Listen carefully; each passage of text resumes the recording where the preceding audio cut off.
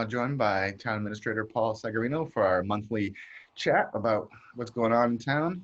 Paul, thanks for taking some time today and talking with us. Thank you for having me, Rich, and happy 4th of July to you. Yes, you as well. The state's kind of entering a new phase of reopening. Just wanted to get your thoughts sort of, on how Burlington businesses are doing, what's, kind of in the pipeline, what's changing, how are things going? Rich, I think the big thing that came up with the new phase 3 is the gyms and health clubs is sort of the big thing. I think a lot of people are waiting to sort of reopen. We have a really great team. We call the reopening team, the business reopening team that's been working on these items. And I can't tell you what a great job that they've done in terms of, helping our businesses get set up outside. That team includes, Melissa Tentacolis, Economic Development Director, Kristen Kasner, the Planning Director, Jerry McDonough, Sergeant Jerry McDonough from the Police Department, Captain Mike Hannafin from the Fire Department, Building Inspector Andy Ungerson, and all, like everything that we do nowadays is in conjunction with Susan Luminello and the Board of Health and some of our public health nurses. So everything's, they've really done a great job in getting people sort of out there as quickly as possible. And I know that, a lot of the businesses or a lot of the restaurants, at least, are setting up, extra seating outside, keeping it distance. Are you hearing that there's been a lot of, activity, people, venturing out? Well, I've ventured out myself quite a few times, and I'm really encouraged by the activity at the restaurants. I know it's still not ideal. I think the restaurateurs would tell us that they really have a tough time making ends meet without 100% capacity, but I feel like between the 50% inside seating that they're allowed and the additional outside seating, I feel like there's been a lot of people at the restaurants that when I've gone out to lunch or when I've gone out to dinner. So I found it to be really encouraging. It's not where they want to be, obviously, but I feel as though that that part of our economy is rearing to get back, I think. Excellent. And any word from how the mall's doing? I haven't been myself yet. I think it's been kind of quiet in terms of the stores being open. We've heard that, there are people shopping, but it's just not quite back to the old days yet. I think some folks are still sort of waiting it out based on their personal preference and health concerns and whatnot. So it appears to be, that part of it, the retail part of it seems to be going a little bit slow. Yeah. I mean, it is just, everyone trying to get back, readjust themselves and get in the right, mind frame to be out and no, absolutely. It's an individual decision. Some people are more comfortable being out and about than others. So since the last time we talked, we did have the very unique town meeting experience of being outside on Varsity Field. Just your thoughts on how that kind of went and wrapped up. It was amazing. And, a ton of credit goes to our moderator, Bill Byer, our town clerk, Amy Warfield, and of course the Board of Health weighing in with us every step of the way. And we had a lot of assistance from personnel at the school, but the setup was incredible. I know you were there. The audio visual was top of the line. And I think that was one of our big concerns going into the outdoor meeting was, are people going to be able to hear? Are people going to be able to see? Because even sometimes when we do it in the auditorium, sometimes, we can't hear quite as good as we would like to. So that part of the meeting was phenomenal. I mean, there were no issues with hearing or seeing what was going on.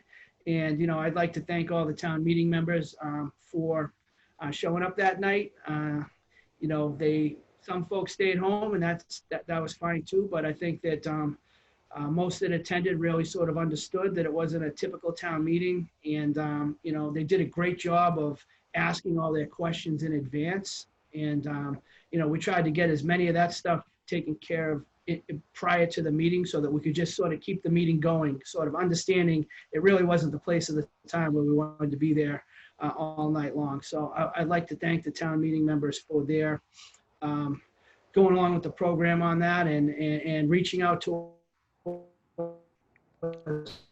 before the meeting to sort of get all their questions answered. I think was a big help to us.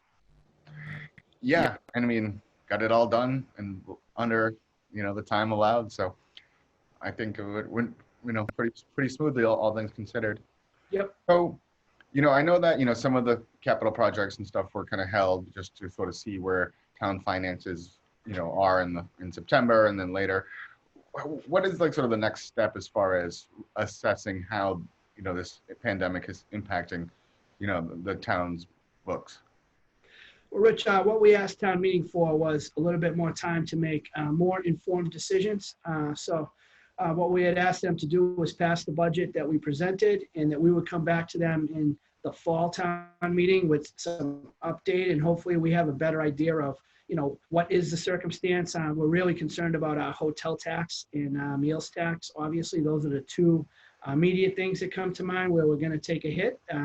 Like I say, I'm a little bit encouraged by the meals tax from what I've seen out there for activity, but I think the hotels are going to be a little bit slower to come back to, get full occupancy and whatnot. So the next thing that we need to sort of assess is what's going to be the impact on our state aid. We still don't have a definitive promise from the state yet in terms of what they're going to provide us with state aid.